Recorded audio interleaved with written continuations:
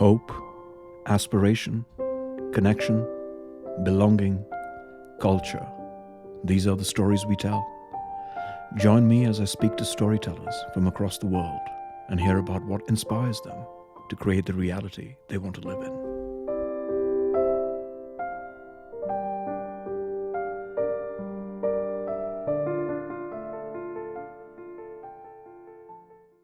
Daniel Prince, welcome to the Stories We Tell. Thank you for having me, mate. Good to see you again. Yeah, likewise. I appreciate you taking the time. And Daniel, one of the things I try to do, or the key theme really behind this podcast, is to see how stories shape the broader culture, and then how culture actually ends up driving Bitcoin adoption right into this wonderful world that we all believe is possible in our lifetimes, right? One of hope and freedom and abundance and what have you.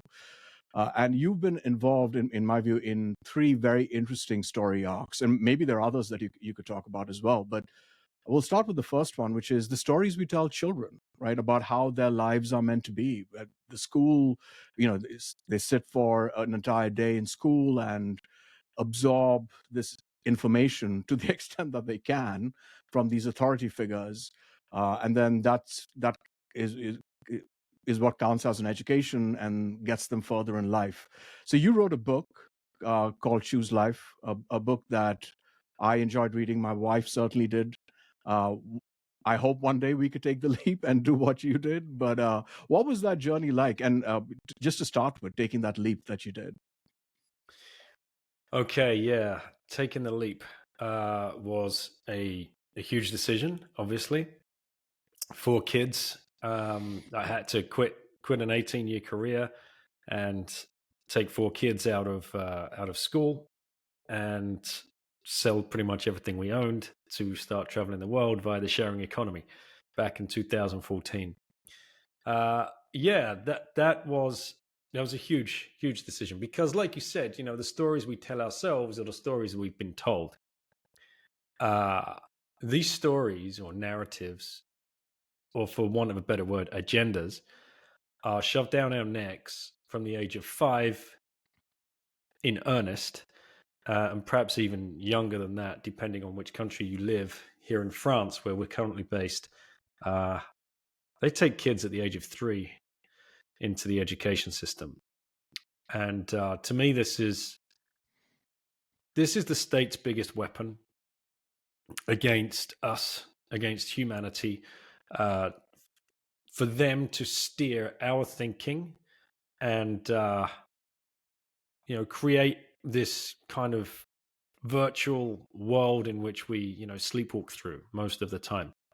And how do they do that? Well, it's the stories that we have been told and the narratives and the agendas that we get force fed through the education system. And we've all been through it.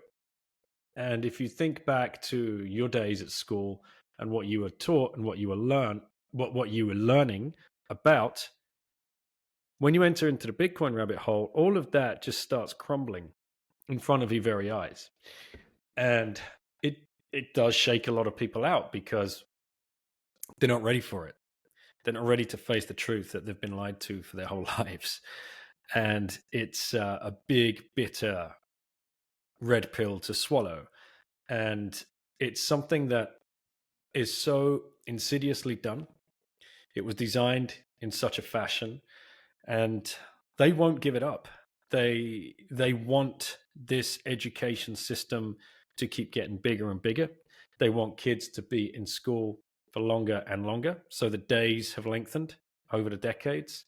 The terms have lengthened over the decades. The price put on a certificate has increased over the decades. And the narratives have just got to a point now where it's glaringly obvious what's going on with the way that they are trying to push these narratives through the schools. And we are at the pinnacle of clown world at the moment, where they are insisting on pushing the message through the schools that there are 3 sexes or 3 genders or whatever. Now, these stories that are being told to kids are very, very dangerous, but they're designed in such a way to cause divisiveness and competition, anxiety, fear, depression, which is everything that any nation state and government, an invisible hand, can feed on. So when we stepped out of that, I had been fully involved in it. You know, I had my head down. I was Mr. Hamster Wheel. I was working 10, 11 hours a day in foreign exchange markets, moving hundreds of millions of dollars and euros around without even thinking about what I was doing.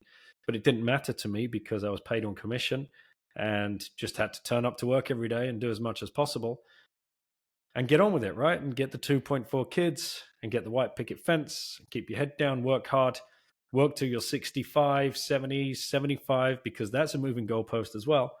And then sit back, be fat, be happy, and maybe then I'll get to be able to go and spend more time on the golf course, right? That's a story. And that is a very well crafted story. The American dream, not to trigger anybody in the US that's listening, is a story. It's propaganda of the highest order. And how many people have fallen into the trap of getting the perfect job, the perfect husband, the perfect wife, the perfect kids, the 2.4 kids, the white picket fence, the two cars, the country clubs, you know, the 2 week holidays to the all inclusive once a year, um, the golf membership. This is the stories that we're told, and you're conditioned to believe them. And it's not just school that tells you these stories; it's the television that tells you the stories. It's the movies. It's the any of the like glossy magazines. All of this stuff that is being pumped, and now even worse, social media. And our kids obviously are exposed to this. We didn't have that, at least. We had television. Our parents didn't have television, but you can see how all of this has just rolled downhill. These are all storytelling mechanisms to shape society by those that are very much interested in eugenics and societal control.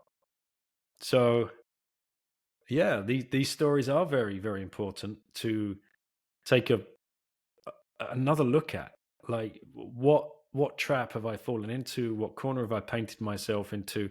How do I get out of it? And a lot of us listening to this call or watching this video that are already here in the Bitcoin rabbit hole, that's why we stayed, because Bitcoin shatters all of that. And yeah, well, Bitcoin is a story in itself, I suppose. Like the most incredible story at the moment, you know, it came out of nowhere. The guy or the girl or whoever that designed it used a fake name and then disappeared. Like, what an amazing story to tell.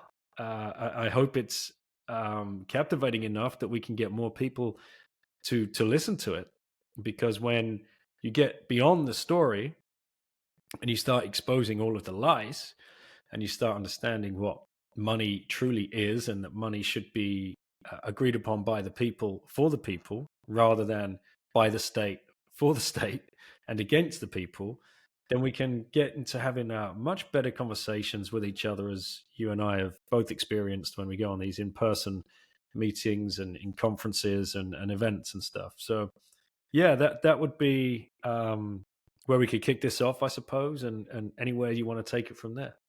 Yeah, and that was a great summary, Daniel. And there's something obviously that resonates for Bitcoiners who've sort of broken out of that thinking, have shattered those illusions, right? That society seems to hold on to. But why is it so hard for? Why do you think it is that clearly this is a story that a vast majority of society has bought into and actually likes? Right? When I try and convince some of my sons in public school out here, up where I am in New York State, and we sometimes meet up with his friends' parents, and for dinner and whatnot. And I try talking to them about some of these things, and they seem perfectly happy where they are. They don't see anything wrong with that. Yeah. uh, because without even realizing it, they are a slave to the system. They're so dependent on it, and especially if you're working in the public sector, right? Which is the goal of any government is to get slowly bigger over any 4-year term. Like the actual remit for any president is get open more divisions and more bureaucracies and more administrations, more ministries or whatever, and keep this thing growing, like keep the state burgeoning, and raise taxes a little as well if you can in some area. Um, so you've got a huge percentage of the population that is completely and utterly, totally dependent on their income, which comes directly from state employment. But even those people that work in a private sector, they feel that they've made it, right. If they've got a good wage, if they've got if they've ticked all the boxes that we just went through, that you're winning, right? You're winning the game of life. So it's very, very difficult for them to even entertain that. What if like there is something else? And what I've been doing for the last 20 to 30 years has just been playing into the hands of your local government or your state, or the invisible hands that are behind these people and controlling everything, and the central banks and whoever else. Yeah, that's really, really difficult to take. You've got all of the sunk cost fallacy behind your degrees, your masters, your PhDs, whatever it is. You spent 4 years at university going through all of these courses, and you had that crippling student debt that you're probably still paying off as well, which is another deal with the devil. And you have that 15 years or 12 years, K through 12, whatever it is, all baked into that as well. So to walk away, to turn your back and walk away and try and walk away from all of that baggage is very, very difficult. And especially if you are married too, and the other person thinks you're going slowly crazy by even entertaining the idea of making a change, because we worked so hard to get here. We finally got the house that we wanted, and we remodeled the kitchen, and we've got the cars that we wanted. And all of that stuff that should make you happy and feel successful and as if you're winning in life is all empty, and you're forever chasing happiness, and you're forever on the hamster wheel, and you'll never be able to get off because of the increased amounts of leverage and debt that you're taking out just to try and keep up with the Joneses. And then there are people as well that, quite frankly, are in have managed to get themselves into a position whereby they're being grossly overpaid for their level of actual skill or intellect. No one wants to give that up, right? Absolutely not. But I guarantee you, anybody listening to this can look around their office, look left or right. You know who I'm talking about. You know the people that have just managed to chance it there and do as minimum as they can just to cruise through life and get a paycheck come the end of it. Are they going to question that? Absolutely not. Are they going to take some self responsibility and start looking into what Bitcoin is? And I mean, they're the kind of people that are going to get scared away immediately by the idea of self sovereignty, right? And actually being more in control of your life. Yeah, so I would say, yeah, that's my take on the people that are hesitant to even walk to the edge of the Bitcoin rabbit hole. And because what happens first is you look in the mirror, and that's pretty bad. Yeah. And that is the challenge for folks like us who are Bitcoiners and trying to orange pill people, because this doesn't work if it's just 100,000 or even if it's just a million of us in 10 years time, right? We need hundreds of millions of people, maybe even over a billion people on a Bitcoin standard for this world that we believe in to materialize. And the challenge is you have a large percentage of the population that has bought into what they believe is the better story. And until they see an even better story, and until they not just see, until they actually feel, right, that this other story is a better one, they're not going to switch. And there is so much resistance there right now because everyone feels comfortable where they are. For them, and I'm talking about Western countries, right? The U.S. and most of Europe. I mean, there are parts of the world where people really feel the pinch, and they need to, look for alternatives, right? I mean, we might see that happening in Argentina, and other places over the next few years. But in the U.S. and in most of Western Europe, that's not the case. People are sort of inured, or rather, they just there's an allure. I should not inured. There's an allure to this comfortable life where you don't need to question everything, right? You just show up at work. You donate 8 hours or 9 hours a day of your time and attention to perhaps move the stock price of a large company by a few basis points and make zero contribution to the world, but they're okay with that. So that is the challenge, and I'm wondering how, if Bitcoin is up until now have gone about it the right way in presenting the better story, to folks, or how do folks make that jump, and have we taken the right approach up until now in saying, hey, look, it's everything's broken, it's going to fail, and people are saying, what's going to fail? Everything's fine, things are great, right? So how are we presenting the better story? Yeah. Yes.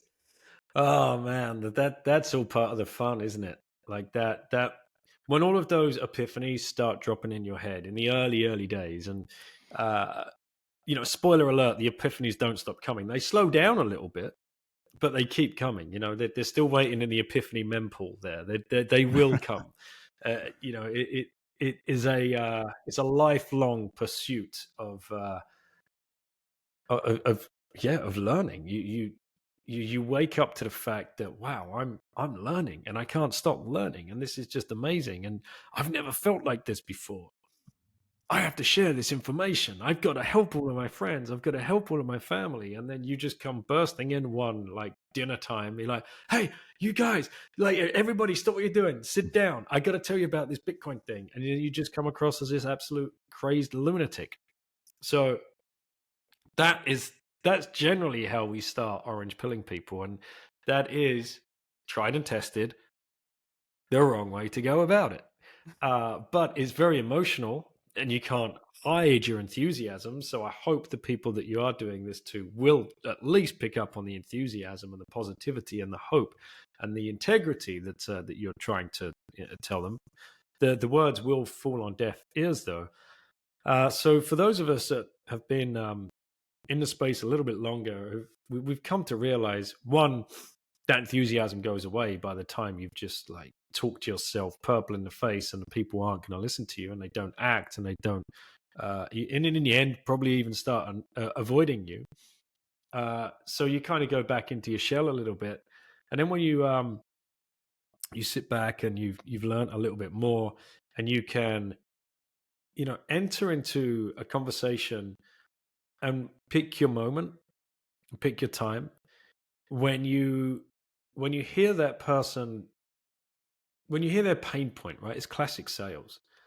Like, you just sit there quietly and listen to the pain points around the table, because they will come up all the time. People are moaning about the same things. And then you just like, right, oh, okay. So their pain point is that at this moment in time, their pain point is that this moment in time, they might be two different things. But as we know, Bitcoin fixes everything. And then it's going to be a case of, do you present your solution at that point? Or do you just note and then think, yeah, Billy had this pain point, which he brought up last Thursday. I'm going to try and have a little chat with him at this point, ask him around that pain point. Oh, how's that problem you were talking about? Is it still the same thing? Da, da, da, da. All right, yeah, agree.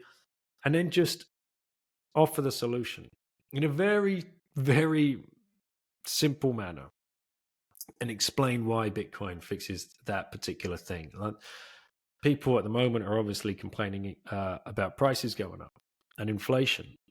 And the story we've been told is that inflation is a rise in prices and it's good for the economy. That is what a PhD in economics will tell you. This is the level of deceit that we have faced, but that's their story. So you've now got to challenge that, and you've got to challenge their intellect. And you won't have a PhD in economics, so who the hell are you to engage in a conversation with this person, even if they're one of your closest friends? You still have to respect this level of expertise, right? This invisible barrier. So how do you do that? That is the skill. That's what we as Bitcoiners have to get better at, I suppose, and taking it one step at a time, and softly, with with humility, and being able to back up what you're saying as well. You know, if you if you turn around and say Bitcoin fixes inflation, blah blah blah blah, blah, blah, like that's not going to work. But if you ask an honest question, like what is like the definition of inflation? Like what they like, all that 4 years at school, what's the definition? And when they give you the definition, oh, it's a rise in prices and it's good for the economy and blah blah blah, you're like, huh? Because I have a I've read a book recently and it's given me a different definition of inflation, and the original definition, because apparently the definition of inflation was changed. So the original definition, from what I've learned in the readings that you can borrow the book if you like, it's 101 lessons in economics. That definition being an increase in a monetary supply. What have we been going through the last, well, since 2008? What is anything if quantitative easing isn't adding money into the monetary supply? Therefore, vis-a-vis, that would be inflation. And if that is inflation, then a rise in prices of goods and services would be a natural correlated, phenomena of the cause, which was inflation in the first place. Now you should be in a conversation, right? They could still shoot you down, but at least you are actually bringing some kind of point to the table and you're backing it up, hopefully with references as well. And this, I think, this is the best way that we can start having these conversations and sharing articles. Just a few days later, remember that conversation we had about da da da? This is where I learned that from, or this is the book that I got it from. You can lead the horse to water, or you can lead the pleb to the rabbit hole, but you can't force them to jump in, right? I think as you were saying that, Daniel, what struck me is certainly for me, and I suspect other several Bitcoiners, is showing some discipline in telling these stories. Maybe there is a time and place for a short story. In fact, most of the time, it could be a very disciplined and targeted point or story. Because otherwise most of the time we end up like the meme of the guy who's standing in front of a board with all the threads on it, and the next thing you know, you're talking about some grand conspiracy theory and right how Bitcoin fixes war and everything else, where instead you should have been focused on that one single pain point, as you mentioned. But sort of circling this back to the topic of kids again and school, my I was fortunate. uh, I went to school in India, and I went to a school that was heavily influenced by the philosophy of Jiddu Krishnamurti. I don't know if you've heard of him. He's a philosopher from almost 100 years ago, maybe a little less. So I was fortunate in having a schooling that actively asked students to challenge authority and ask questions, and we used to break a lot of barriers. And my wife, she's from Poland, but she's a psychotherapist. She studied children, and how they learn, and so we're on the same page when it comes to homeschooling and potentially even world schooling.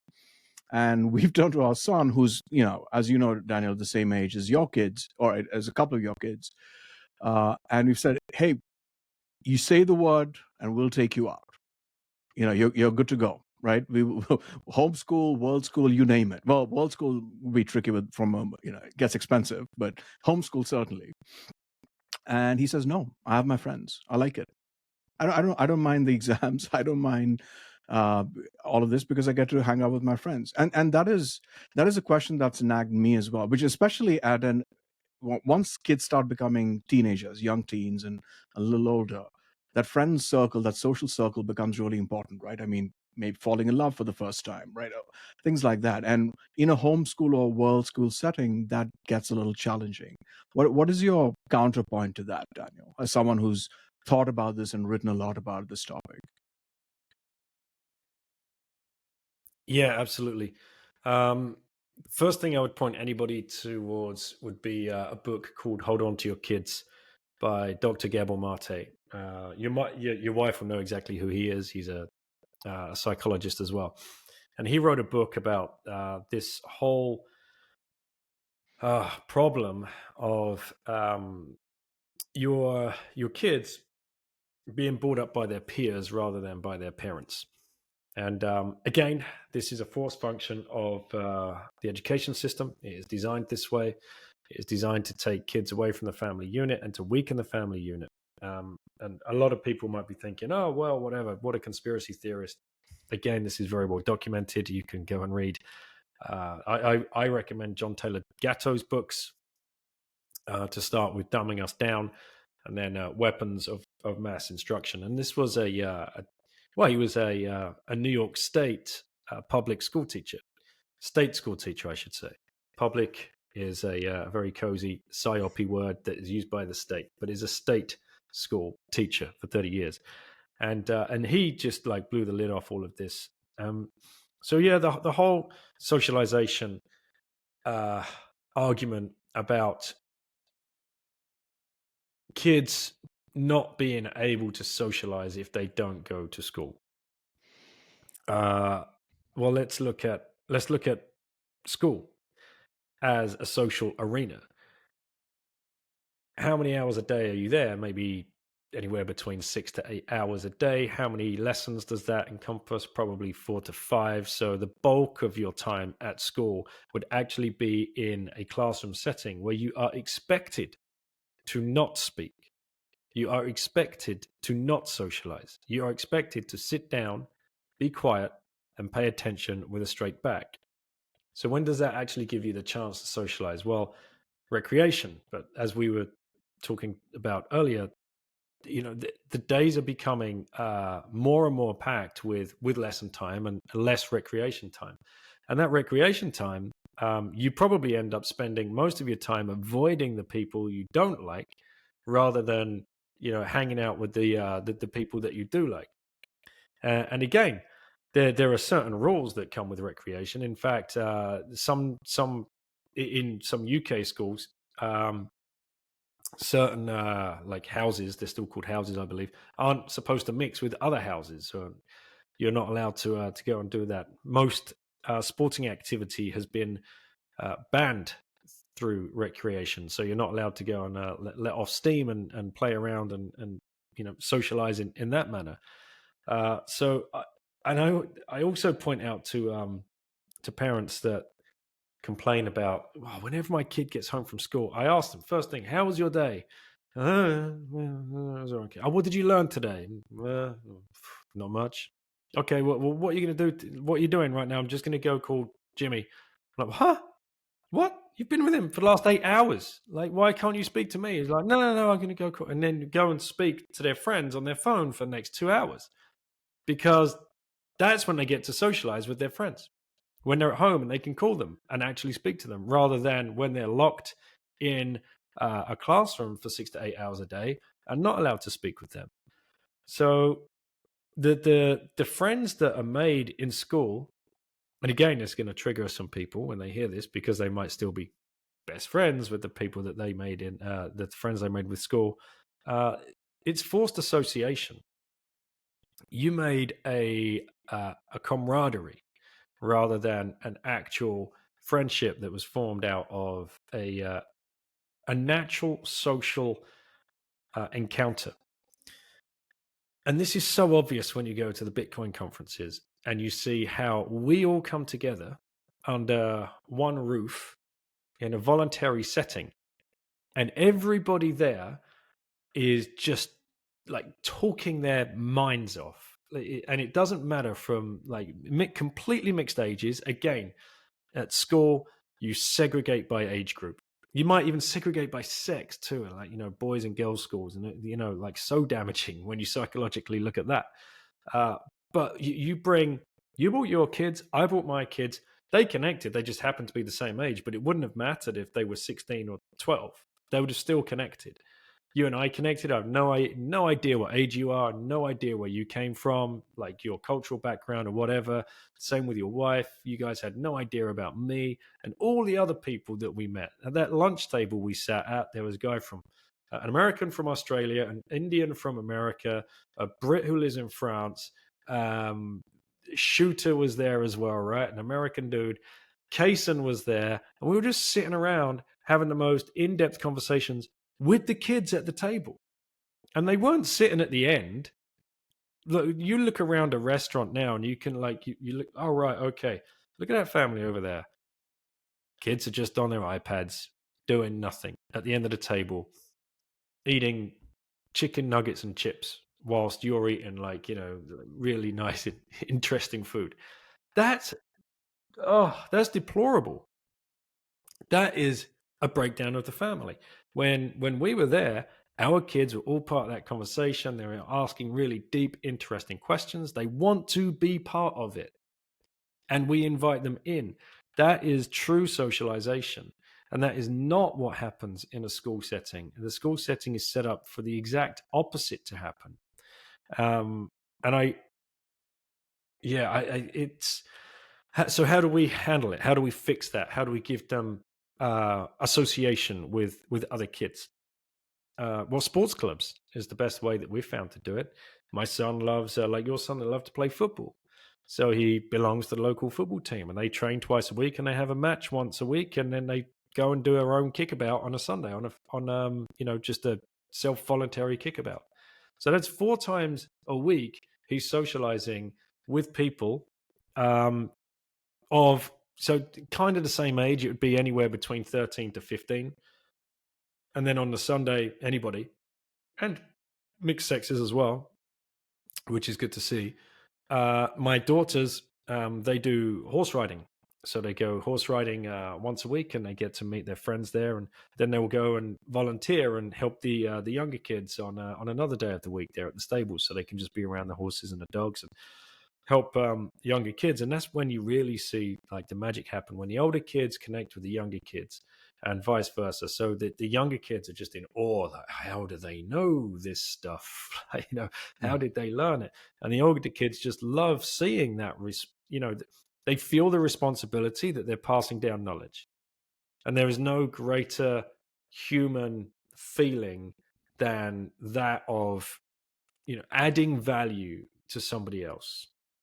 And that's why I love doing the podcast. That's probably why you love doing the podcast, and getting out and meeting people when we go to the conferences and events, and getting the feedback. When you realize that you've helped somebody, that is addictive, and kids feel it just as much as adults. Um, but they're just not given that ability in a school setting. In a school setting, you're competitive rather than collaborative.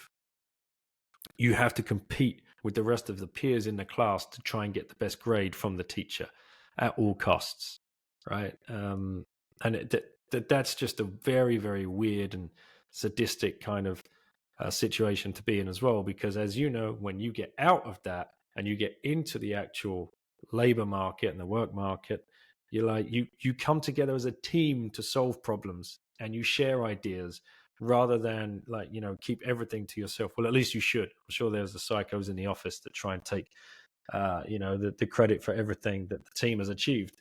um, but yeah, that's the way we do it. When we were traveling, we would meet up with other world schoolers that had either stopped traveling and resettled back in their homes, and we could go and stay with them, or that were traveling and we were just crossing paths.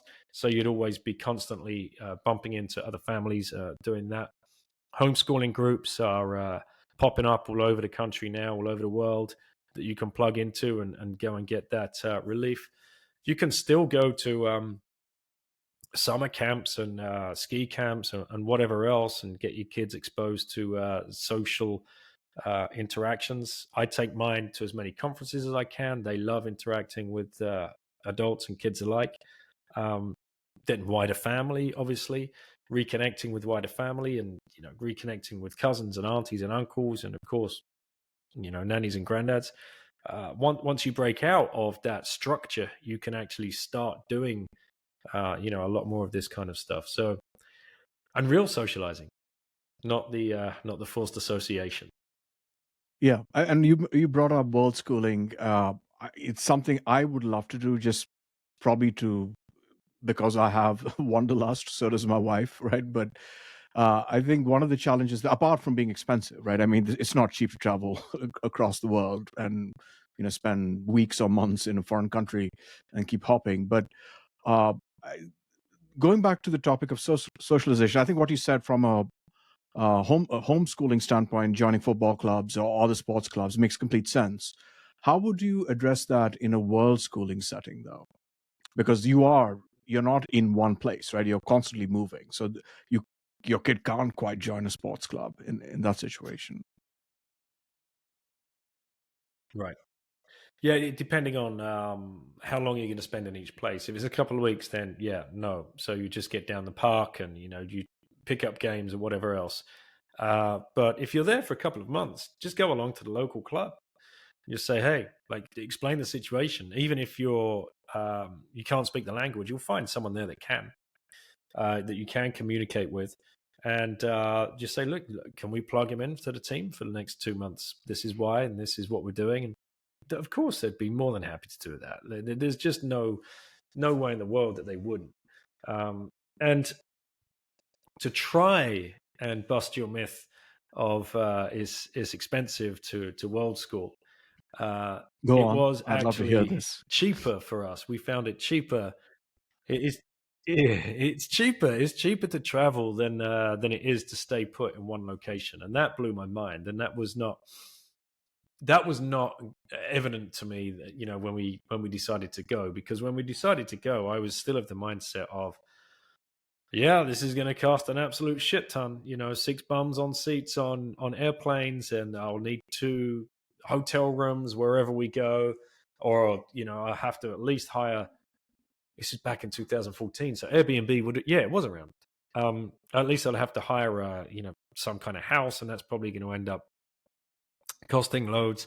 But then, so like in your case, you would be well, let's just use an example. Let's say, and I know families that have done this. I've met them. They put their house up to rent for a year. So when that family comes in to rent your house for a year, you are earning US dollars each month. Now that might be going to pay off a mortgage, depending on anybody's circumstances. So try and make the rent at least higher than the mortgage repayments. Then you have an income. It might only be $250, $500 a month, but that goes a hell of a long way in other countries, depending where you want to go. That goes a hell of a long way in Thailand and Vietnam and Cambodia. It goes a hell of a long way in Argentina, Venezuela, other places, Turkey. And as much as you would be advised, you can't go to these places. They're absolutely, like they're on their knees. And like that is not true. When you plug into these countries and you go and you visit, you meet the most wonderful and friendly people. If you don't want to rent your place out, you could always home swap. That's what we did. We had a holiday property. We bought a home in Koh Samui in Thailand like 18 years ago. Again, reason being, at the time, the exchange rate was very favorable to buy property somewhere outside of Europe or US or wherever. So we picked up this home and we listed that as a place to home exchange with people. And I'd never even heard of home exchange before until I watched that film, The Holiday, right, with Cameron Diaz and Kate Winslet. And I was like, yeah, no, I can't imagine ever doing that. But sure, there we did. We went and did it. And that's how we traveled the world primarily for 2.5 years. Uh, Even today, we still home swap. I've just arranged one today. A lady from the Cotswolds in England wants to go in the summer to Thailand. We've said yes, absolutely go. It happened to be open and free, and the dates all matched up. So she'll go there with her husband for 10 days, and then we will go and stay in their house in the Cotswolds in England when we want to go and visit family sometime. I don't know, in the autumn next year or maybe summer. Like, we don't have to do it simultaneously. So it blows open so many different options and experiences that you just never ever could have ever experienced if you were just like traveling in kind of the old mindset way. We land in a place, we get a hotel, we stay in a hotel for 2 weeks, then we fly somewhere else, and we get a hotel and we stay there for 2 weeks and fly somewhere else. You'll get bankrupt very, very quickly. And I love the fact that Luke Mikic he's updating his Twitter. He's a Bitcoiner as well, doing the nomadic type thing. Sure, he doesn't have wife and kids traveling around at the same time, but he's earning over the internet. He's earning in dollars, and then he's going to stay in places where those dollars go a lot further in the local currency. And he'll rent a place for a month or two and plug into that local community and the culture. So it's definitely doable. It's just getting your mind around thinking about things a little differently and getting your ducks in a row, right? It's just like taking that first step. Yeah. So on a related topic, then, Daniel, what would you say to a Bitcoiner who is working in a fiat job, has a family, spouse and a couple of kids, and is obviously broken through the matrix, can see can see those green lines of code, uh, and he wants to escape, or she, right?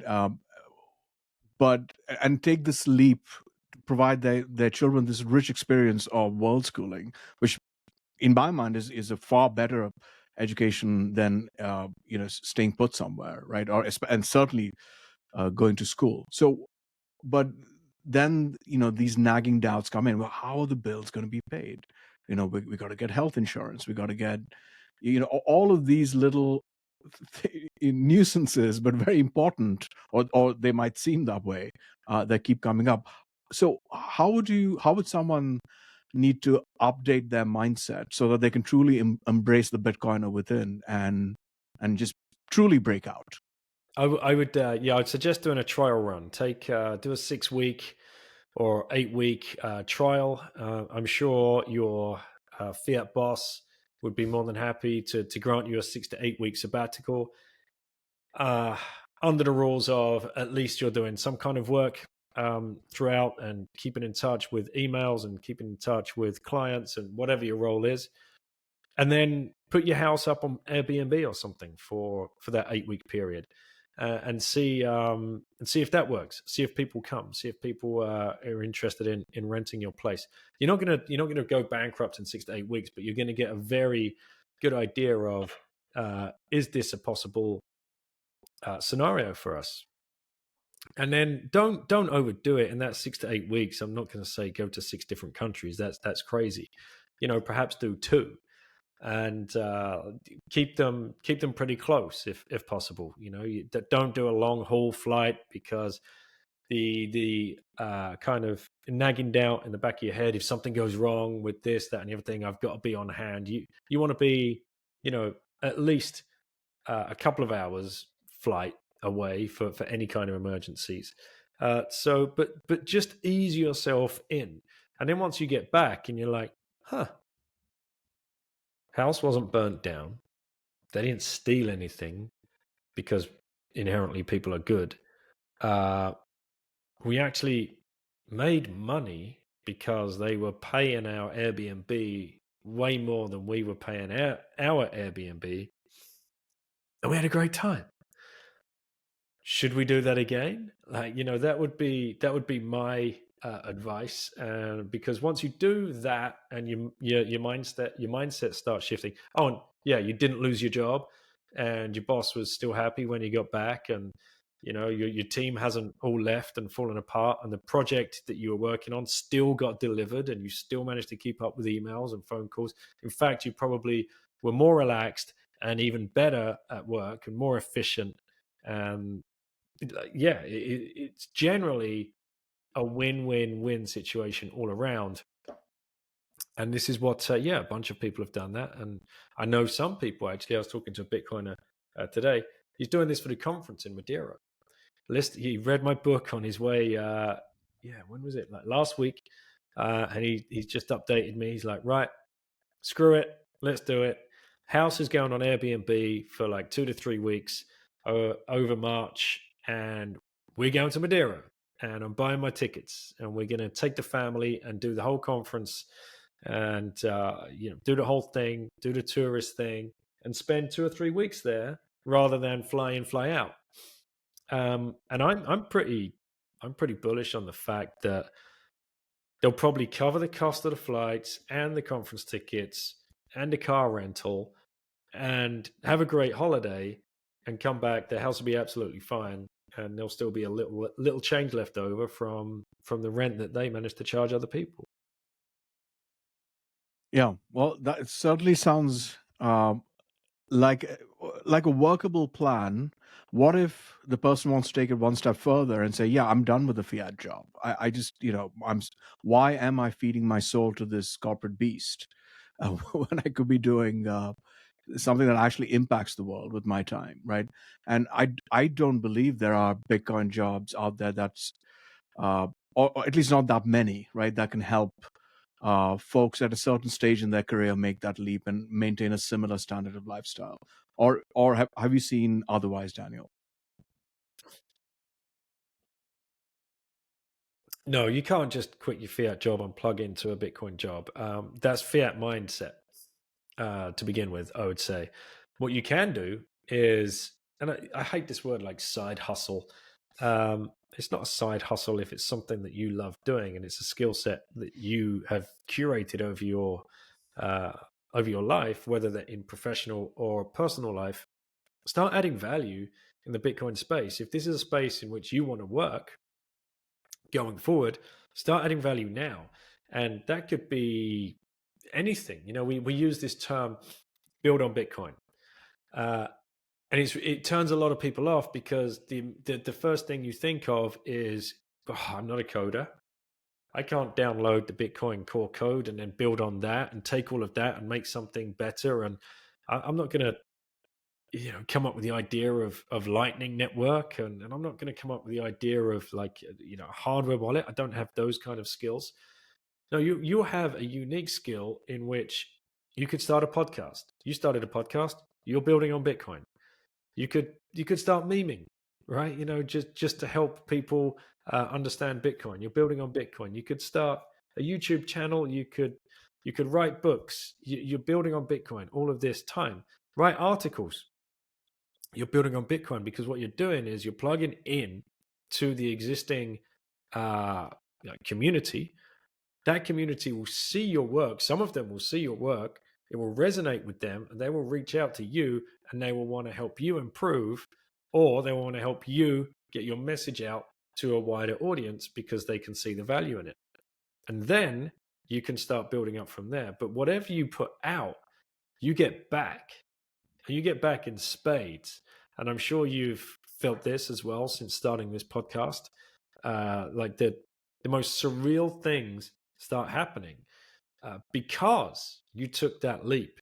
You put your head up out the trenches and said, "Right, I'm going for it. I'm just going to put myself out there, and I'm going to do this. I'm going to start a podcast." And okay, what I need guests. How do I find guests? I'm going to start DMing people. I'm going to start finding their personal emails. I'm going to start, following them here, there, and everything. I'm going to start commenting on their posts in LinkedIn. So many things that you can do, and then add value to someone. Just recently, somebody on Orange Pill app has contacted me and said, "Oh, I just listened to one of your podcasts. I think there's something a little bit off with the audio. Can you send me the MP3 file that you uploaded? I can clean it all up for you. This is my day job, and I'll have it back to you in a few hours. I'm like, what? Wow. Yes. Thank you. Like, yeah, random pleb from Orange Pill app. Like, amazing. So I guarantee you that guy in a year's time is going to be telling that story of, oh yeah, well, the way I found myself in the Bitcoin space and doing this job for this, that, and the other person and being paid in Bitcoin and exiting my fiat job was because I just started reaching out to podcasts and I could hear their audio was off and I started improving it for them. And then somebody said, hey, can you work for me full time? That's how it works. And it could be anything. It could honestly, absolutely anything. It's just one very small anecdotal story. So that's my message to anybody that wants to escape their fiat job. We need you. We want you. We welcome you. Just get off your fucking ass and let's go, because there's too much at stake if you don't. Yeah, sage advice, Daniel. And I hope the folks listening to that heed this. So let's move to the final story arc that I wanted to talk about, which is how the stories that countries need to tell themselves, nation states need to tell themselves to adopt Bitcoin, or that we need to tell nation states to get them to adopt Bitcoin more broadly. And you've been involved in some of that. Um, so what is your approach to that? What is the story you tell them? Yeah, well, that would certainly be very different, and yeah, I was very lucky to have been part of some conversations. Again, I just pinched myself. Conversations I never thought I would ever have been privy to if I had not started a podcast. Right, this is the stupidest thing. All I do was I literally just record conversations on Zoom and upload it to a website, which pushes it out to everybody else, and people listen to it, and people find value in it. And the next thing you know, you've got a pleb from Madeira calling you up in a panic, like, holy fucking shit, I think I've half orange pilled the president. I'm like, what? And the story unfolds that the president of Madeira was visiting Andre's co-working space, his business in Funchal, and he just asked, how do we attract more families, more businesses, more entrepreneurial activity to the island? And Andre's flippant answer was, we have to accept Bitcoin. We have to be friendly to Bitcoin companies. We've got to adopt Bitcoin.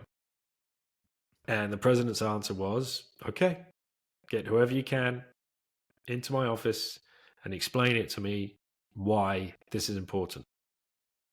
And that culminated in actually having him invited to the Miami 21 conference, where, no, my goodness, 22 conference, the Miami 22 conference, where he got to sit down with and have a conversation with Michael Saylor, with Max Kaiser, with Samson Mao. And then when we came back from Miami, we all went over to the country in June. I was invited along again, and a handful of other Bitcoiners, people such as Obi Nwosu, who was head of Coin Floor at the time. I think it actually just sold out of that business and was starting Fedimint.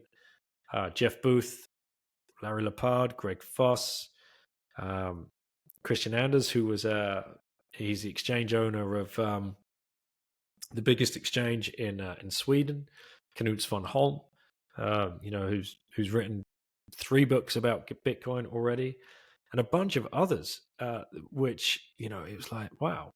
And it was an honor to go around and meet different departments of the government, and listen to their questions and try and help them understand Bitcoin. And it was just that: sit back and listen to the questions, and try and put across, in the most adequate manner possible, the best advice. And as Michael Saylor, when he was talking to the president, he said, just concentrate on education. That's all you've got to do. Concentrate on education.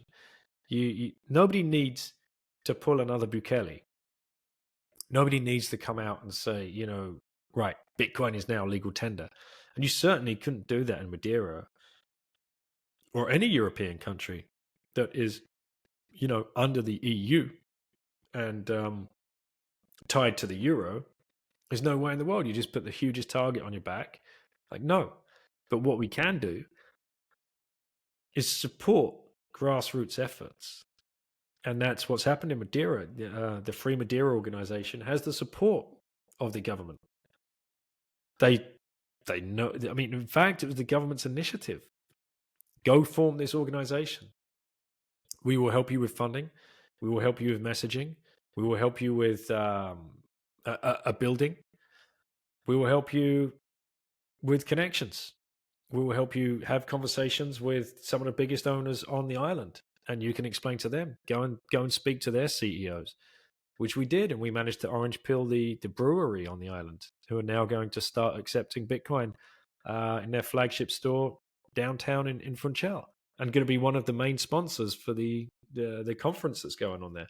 The conference is going to be in the football stadium right downtown, and that is fully backed by the government.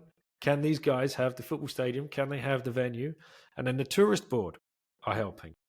So you have this situation where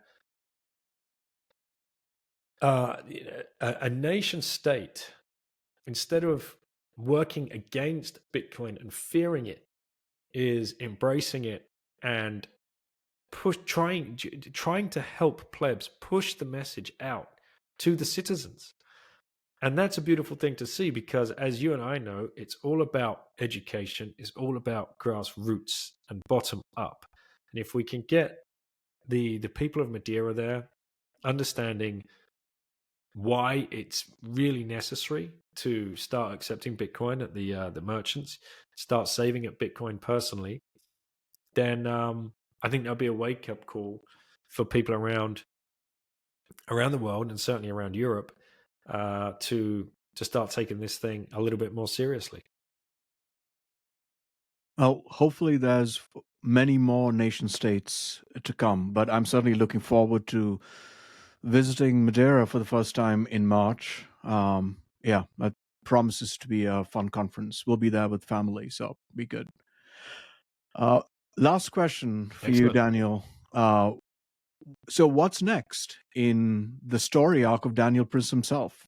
You've written a book, you have a successful podcast, you're orange pilling nation states. What's next?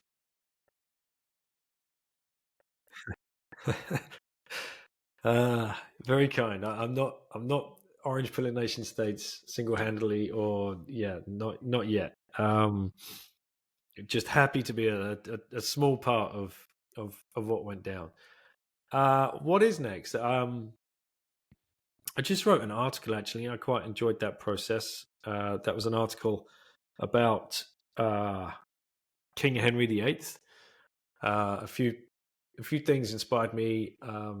Rune Ostgaard has written a book called Fraud Coin: 1,000 Years of Inflation as a Policy, and in that book he has a lot of historical facts and interesting stories, and it helps you understand like how we've got to where we are.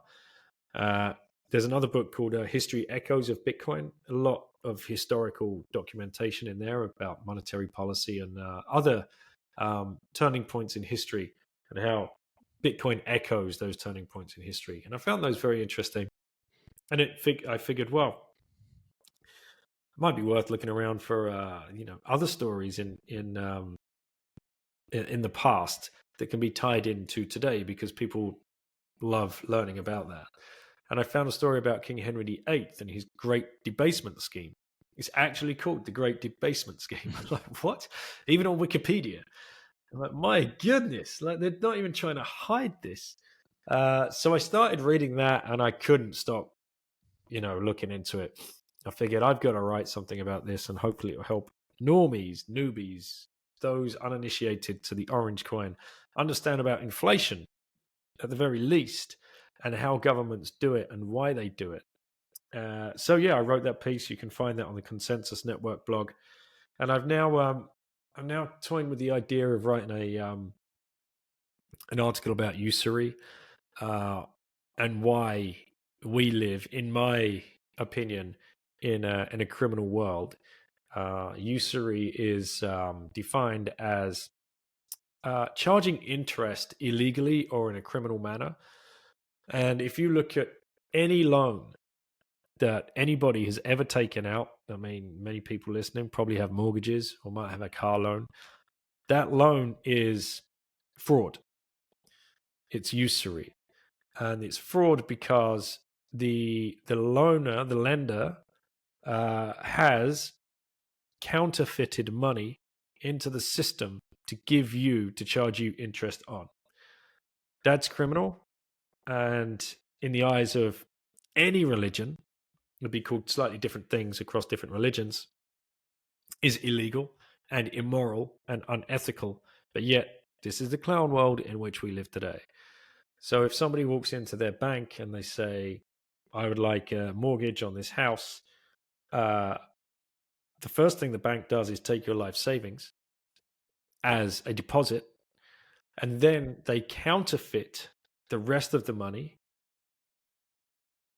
Like, it still just shocks me, and deposit that in your bank account and then charge you interest on it. So it's absolutely disgraceful, um, and this needs to be looked at a lot closer. So that's one thing I might do is write an article about that to try and expose and help people understand, why we are right now, because that as well, that creates perpetual inflation. I mean, forget quantitative easing, and buying the central bank buying government bonds.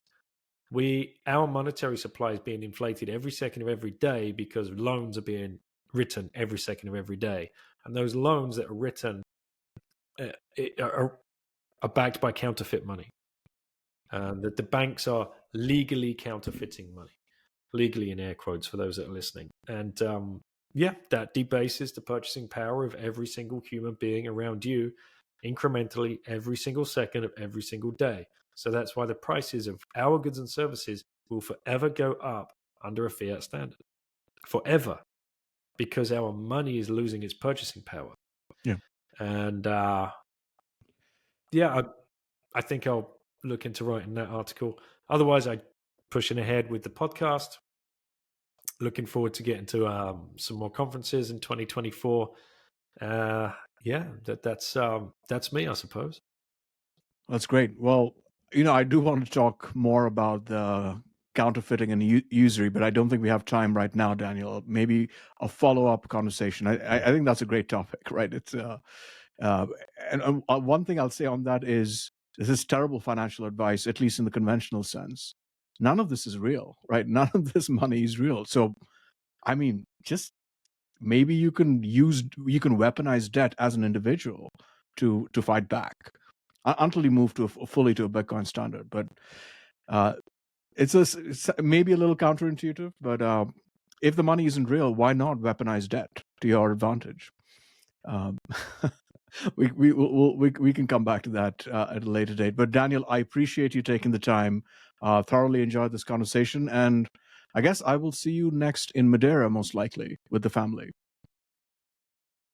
Looking forward to it, man. Thank you for having me on. Really appreciate it. And thank you for stepping up and adding value to the Bitcoin space. Appreciate it.